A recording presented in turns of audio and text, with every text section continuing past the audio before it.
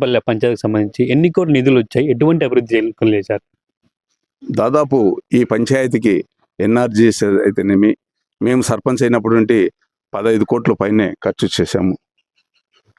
మెయిన్గా త్రాగునీటికి ఎక్కువ ప్రాముఖ్యత ఇచ్చాము.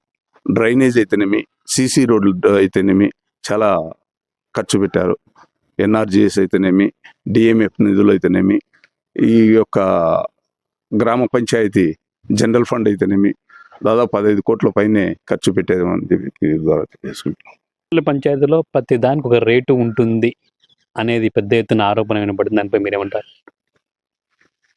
ఇప్పుడు గతంలో 35 ఏళ్ళ నుంచి కొత్తపల్లె పంచాయతీ ఎట్లుంది, ఇప్పుడు ఎట్లుంది మీరు గ్రహించండి. సరిపోనోళ్ళు గతంలో నేను సర్పంచ్ అయిన 6 నెలల నుంచి మాకు అప్పుడు ఉన్నటువంటి ఎమ్మెల్యే గారికి మాకు సరిపోక, కొన్ని కారణాల వల్ల సరిపోక ఇబ్బందులు పెట్టి 6 నెలలు సజావుగా జరిగింది. 6 నెలల నుంచి 3 సంవత్సరాల వరకు ఏమి పనులు కాకుండా ఉన్నాయి. ఏమి పనులు కాకుండా అంటే సరే అని మేము ఎప్పుడు రోజు ఫైట్ చేయడము ఆయనతో జరుగుతున్నది. మేము డబ్బులు తీసుకొని పని చేసేటట్టుకుంటే ఇంత డెవలప్మెంట్ అవుతుంది. ఇన్ని వందల ఎకరాలు, వేల ఎకరాలు ఇక్కడ వెంచర్లు వేశారు. ఎవరైనా కానీ వెంచర్ వాళ్ళు కానీ కట్టుకున్నటువంటి వారికి ఇండ్లు కట్టుకునేటువంటి వారు కానీ అయ్యే కదా మెయిన్ ఉండేది. ఇండ్లు కట్టుకునేది కూడా కుడాకు వచ్చినప్పుడు నుండి దాదాపు 2.5 సంవత్సరం అయింది. కుడాకు పోయింది, ఆ డబ్బులు రాలేదు. తర్వాత మేము ఏది తప్పుడు ప్రచారాలు చేస్తుంటారు. ఎవరైనా ఈ రోజుగా రోజు 6 మంది, 10 మంది, 15 మంది దాకా వస్తుంటారు. డోర్ నెంబర్లు అయితేనేమి, ప్లాన్ అప్రూవల్కి అయితేనేమి వస్తుంటారు. డబ్బులు అడిగే తట్టుకుంటే వాళ్ళు వస్తారా? ఎంత డెవలప్ అవుతుందా?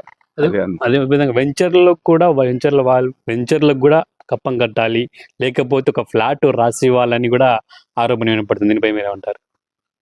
ఎవడి వెంచర్లో అయినా కానీ ఇదే సవాల్ ఇస్తున్నా. ఎవడైనా కానీ ఒక వెంచరోడ్ వచ్చి ఒక ప్లాట్ కానీ, ఒక అపార్ట్మెంట్ కానీ, ఒక ప్లాట్ ఏదైనా ఇచ్చినాడని నాకు నిరూపించమను.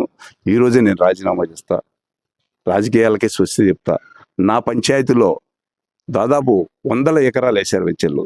ఏ వెంచరోడైనా, ఏ వెంచరోడ్ వాళ్ళైనా కానీ ఇదో నేను ఈయనకు ఒక 5 సెంట్లు స్థలం ఇచ్చాను, నేను ఇంత పెద్ద అపార్ట్మెంట్లు కడుతున్నాను, ఒక ప్లాట్ ఇచ్చాను, ఏదో ఒక 10 లక్షలు ఇచ్చాను, ఒక 20 లక్షలు ఇచ్చానని చెప్పమనండి.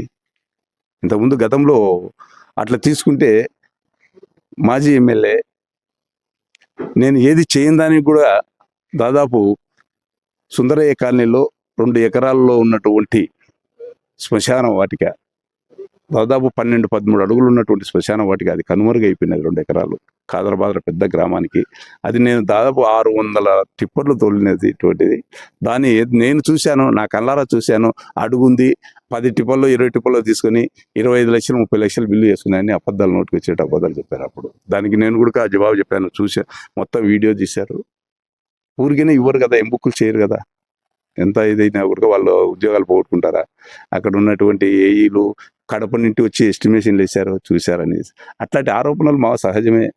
నేను చేసింటే ఈ రోజుకి కూడా ఎంత కడుతున్నారు, ఎన్ని కడుతున్నారు? నేను మైదుకూరు రోడ్డు వెడల్పు చేశాను. గతంలో ఎప్పుడన్నా చూసారా మీరు? దానికి 1 రూపాయి కూడా డబ్బులు రాలేదు ఇంతవరకు. ఇంకా త్వరలోనే 3-4 రోజుల్లోనే ఇక్కడ మైదుకూరు రోడ్లో ఇటు సైడ్ లెఫ్ట్ సైడ్ ఉన్నటువంటి స్థలం కూడా కాలువ చేసేదానికి సిద్ధంగా ఉన్నాము, చేస్తాము. గౌరవ పెద్దలు నంద్యాల వరదరాజ రెడ్డి గారి ఆదేశానుసారం త్వరలోనే మొదలు పెడుతున్నాను. డివైడర్ ఎగుడుగా వేసేసి మంచిగా చేయాలని ఆశ ఉంది. కొందరు అంటుంటారు సహజమే, రాజకీయ నాయకులు బురద తల్లడం మామూలే, ఏదో 100 కోట్లు సంపాదించినారని. ఎవడు ఉన్నాడు?